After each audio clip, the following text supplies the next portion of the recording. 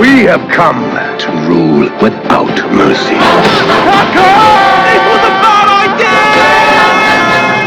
Hello out there, you great social lands. Welcome to an all-new video. In this video, we're doing a movie review of a new film that just came out a couple weeks ago, and is a prequel sequel to a remake live action of a great Disney cartoon classic. So we're going to get right into that. But with that, make sure you hit that subscribe button so you don't miss this video and any other videos that I might put up. As always, people, if you enjoy my content here on YouTube, definitely check out my other social media platforms such as X, Facebook, Instagram, Threads, Patreon, any other social media platform you might be on. I might be there. Yeah, I usually post regularly on those, so you might want to check them out. As always, let's get right into this.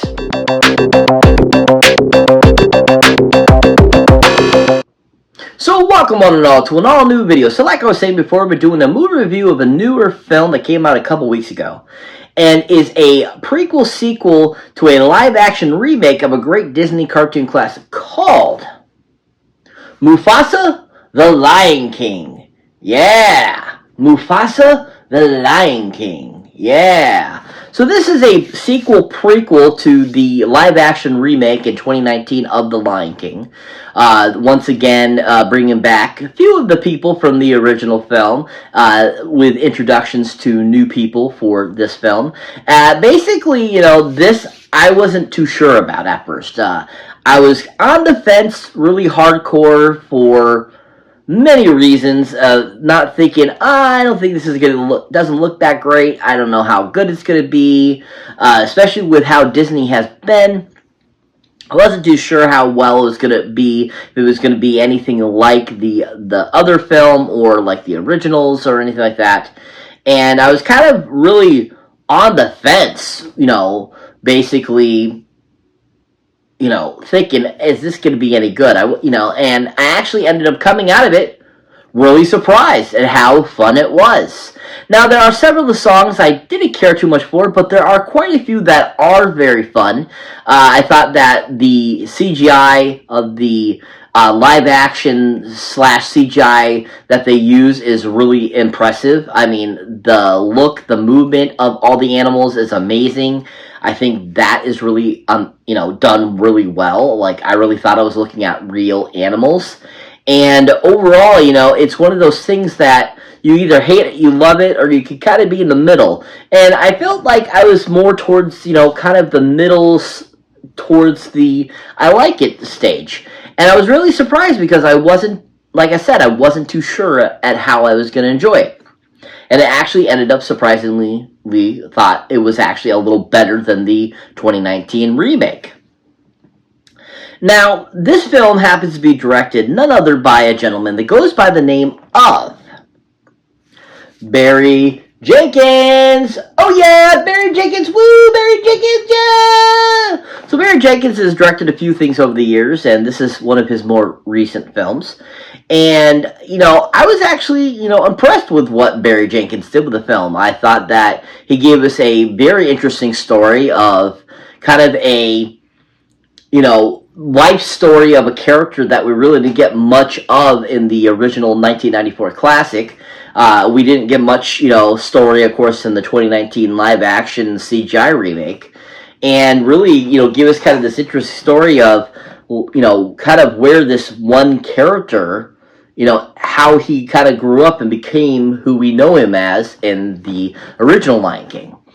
And, you know, I thought that Barry did a good job of giving us kind of a very cohesive story that, you know, didn't give too much, you know, unflowing qualities to it. I thought there was a couple slower parts that I could have done without. But other than that, I thought the story flowed very well, and I thought Barry did a good job of bringing that to life. And overall, I think that the film just had a lot of great thought process that was a lot more interesting than I thought it was going to be. And I thought Barry did a good job of bringing that to life and also making us, you know, interested in that subject. And he really did a good job of, you know, kind of keeping certain elements very true to the previous films. And I thought that he did a decent job giving us a well-rounded story as well. Now, if you haven't seen anything else Jenkins has directed, one movie that he directed that was a very interesting film, and actually went on to be nominated for several Oscars and winning several Oscars, and is, I think, kind of his, magnum opus, if you want to say. And then, of course, the film called Moonlight. Yeah, Moonlight. Yeah. So Moonlight is a pick that Barry Jenkins ended up winning, best film for.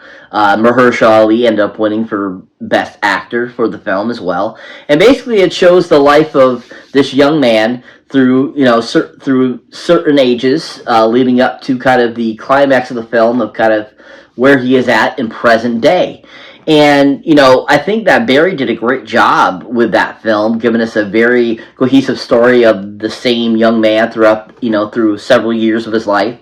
And he gave us a very dramatic film that was considered, highly praised and highly liked. And I thought it was an okay movie. I didn't care too much for some parts about it, but other than that, I thought that overall the film was a very interesting film, and it deserved definitely several of the accolades that it ended up getting. Did I think it deserved to win Best Picture? No, but I do think that Mahershala Ali was amazing as kind of that mentor character that we got to see when, the main character is kind of younger.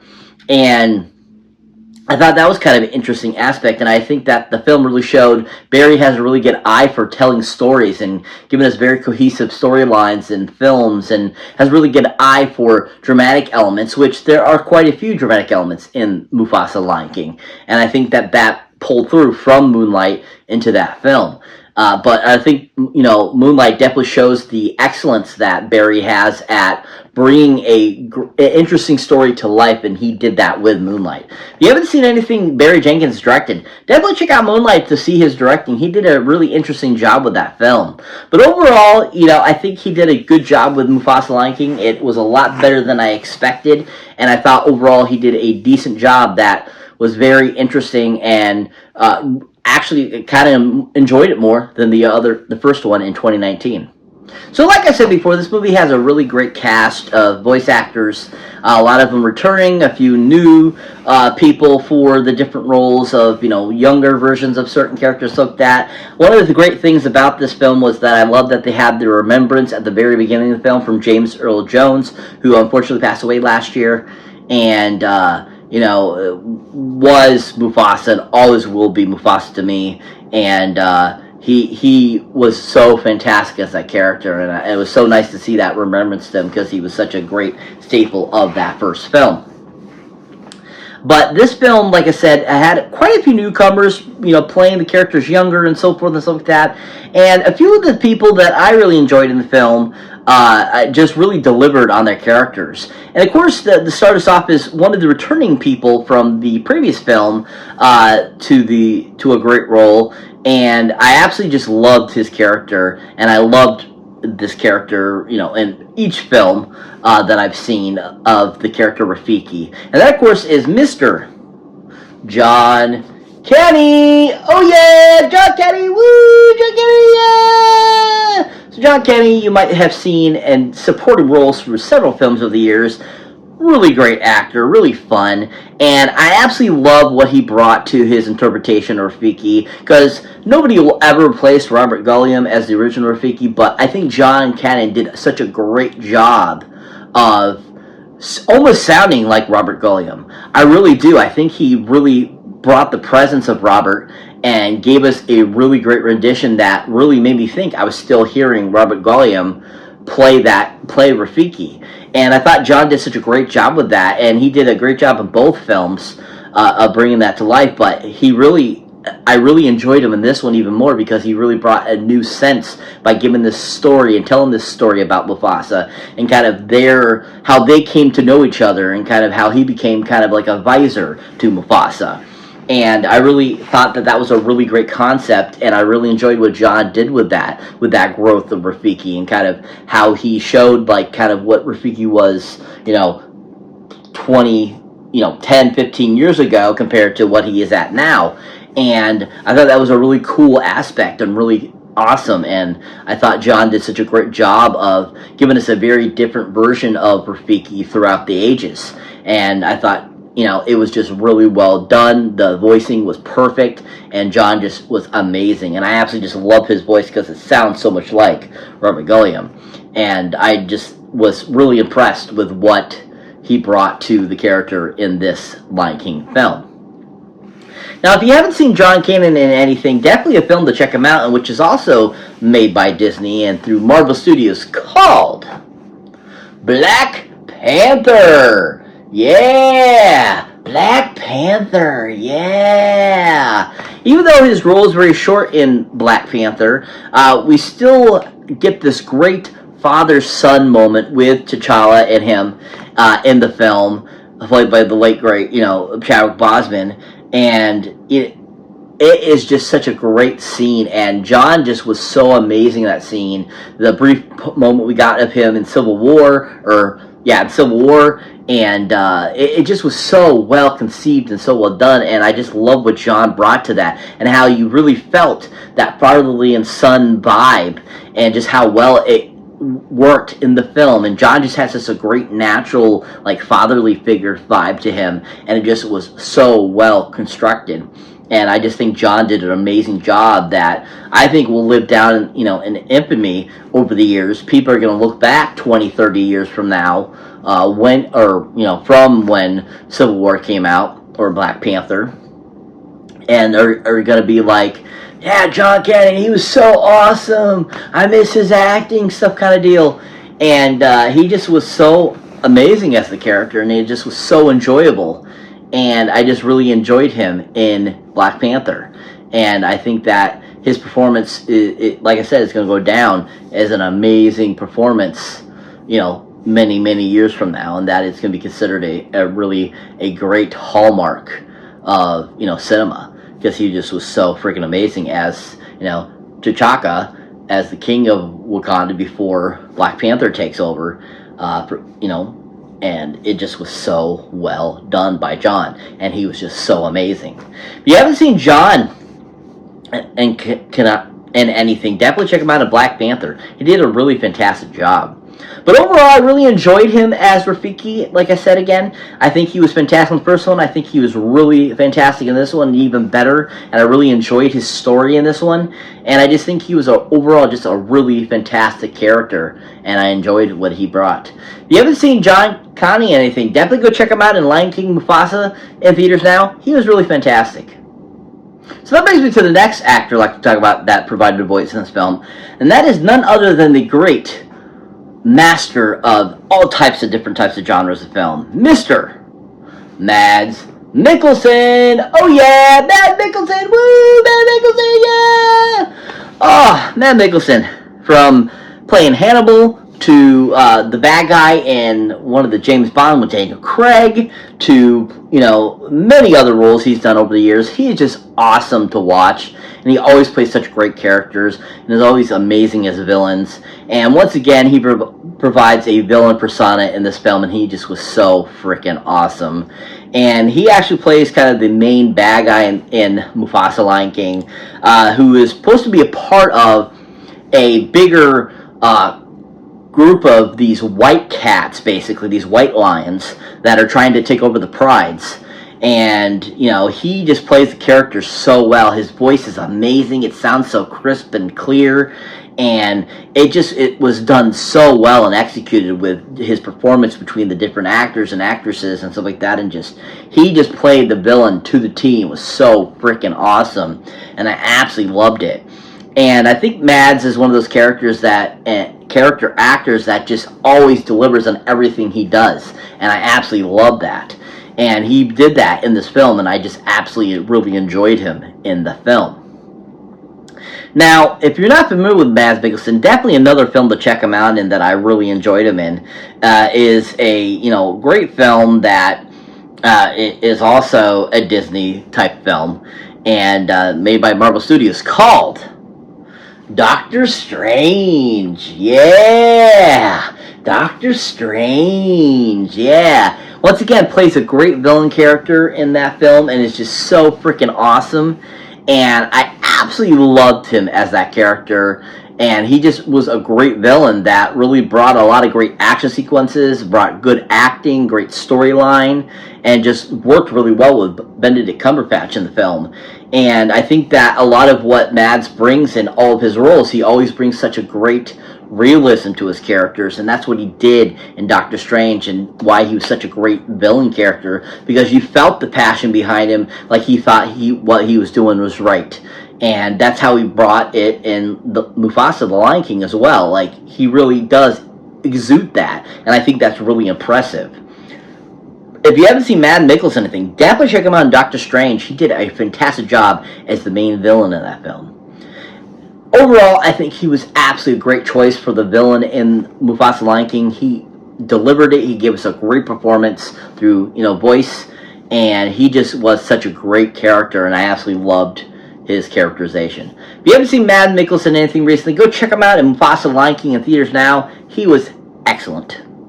So that brings me to the final actress I like to talk about that provided a voice in this film, and also a newcomer to the series. And that happens to be the gorgeous and beautiful Miss Thandie Newton! Oh yeah! Thandie Newton! Woo! Thandie Newton, yeah! Thandie Newton, is such an amazing actress. She has been fun to watch for so many years, and she always plays really fun characters that you just always feel for. And she is just such a great actress that I think doesn't get enough recognition for how good she is. She can do comedy, she can do dramatic, she can do action. She does it all, and she is just a really fun actress to watch. I mean, I know Norbit isn't considered a huge great film, but I think her performance in that is really fantastic. And I think that, she doesn't get enough recognition for all the great roles she's played out through her career, and she just is always fun to watch. Now, you might recognize her, of course, from Westworld 2 as well. I know she was really big in that. But over the years, I think that she just is one of those actresses that has really fine-tuned her craft, and she really brought that to her performance in this film. And I enjoyed her voiceover as kind of the surrogate mother to Mufasa in this film. I thought that she played the character very well. It was very convincing. It was very well constructed through the writing and through her voiceover. And I just thought that she was a really great new element to the film, and giving us kind of that older characterization of Sarabi in the first film, giving it to kind of her character versus a younger Sarabi in this film. So I really enjoyed that, and I thought that she really was a great, extension of kind of that, and giving us this really fun performance that I thought really was executed and was a great part of the film. Now, if you haven't seen anything Thandie Newton has been in, definitely a great film to check her out, and one of my favorite roles of hers is from a great 2000 film called Mission Impossible 2. Yeah! Mission Impossible 2. Yeah! She plays the love interest of Tom Cruise in the film, and she's absolutely fantastic. It's actually the first film I ever saw her in, and I just remember thinking I was so in awe of her in that film, and I was really impressed with her performance in the film, and I liked how she, went from kind of this hardened, jewel thief, to very vulnerable woman that is, basically almost dying. And, I think that she did a great job of bringing that to life and giving us a really great performance in that film, and just really showed her great talents. If you haven't seen Thandie Newton, definitely check her out in Mission Impossible 2. She's really fantastic. But overall, a great addition to this film, and I just really enjoyed her performance, and I thought it was really done well. If you haven't seen Thandie Newton anything recently, go check her out in Mufasa the Lion King. She did a great job. So what is Mufasa the Lion King about? Basically, we're getting the life story of Mufasa, basically, that Rafiki is telling and recounting from his experience with Mufasa growing up, and basically shows Mufasa from basically what led him to ending up coming to the Pride Land, and how he becomes basically king, and how he is more a king than a person with real king blood in them. And that, basically, Mufasa is basically like an outsider, almost, as they consider. He's not really of, bloodline. And it gives you kind of that story and kind of his growing up from a cub to becoming, a young adult, and becoming the king of Pride Rock, and kind of his story there, being told from Rafiki to his granddaughter, and basically in kind of like a flashback type of deal. Very well done, I thought. I was really impressed. Like I said, I was really shocked at how good it was. I wasn't too sure if I was going to enjoy it, and it actually ended up being pretty decent and overall a fun film. There's a lot of great graphics throughout this film. I mean, like I said, the CGI live action animation of these animals is so impressive, so amazing. Like I said, a few of the songs are really good. A few of the songs aren't that great. But there's some great visuals in this film, especially when they're tracking through the snow. That whole sequence was amazing, and just a really well constructed film that's a prequel and a sequel at the same time. Really well done. If you haven't seen it, highly recommend go check it out. I give this one 8 golden movie boxes up. And I think that it was an okay film, and definitely probably will be adding it to the collection because I did find it very enjoyable. If you haven't seen it yet, highly recommend go check it out in theaters now. Worth the watch. So that's it for this movie review, guys. As always, thank you for watching, thank you for liking, also thank you for subscribing. If this is your first time here, or you have been before, don't forget to check any older new videos if you haven't seen mine yet. As always, people, a huge shout out to my subscribers. Thank you, new and old. Thank you for being a part of the channel. But if you really want to show support for the channel, please check out my Patreon page and become a member so you can see all kinds of extra accoutrements you don't get here on my YouTube channel, from outtakes, bloopers, suggestions of what I do next, and all that kind of good stuff. So please check that out. As always, catch you in the next one.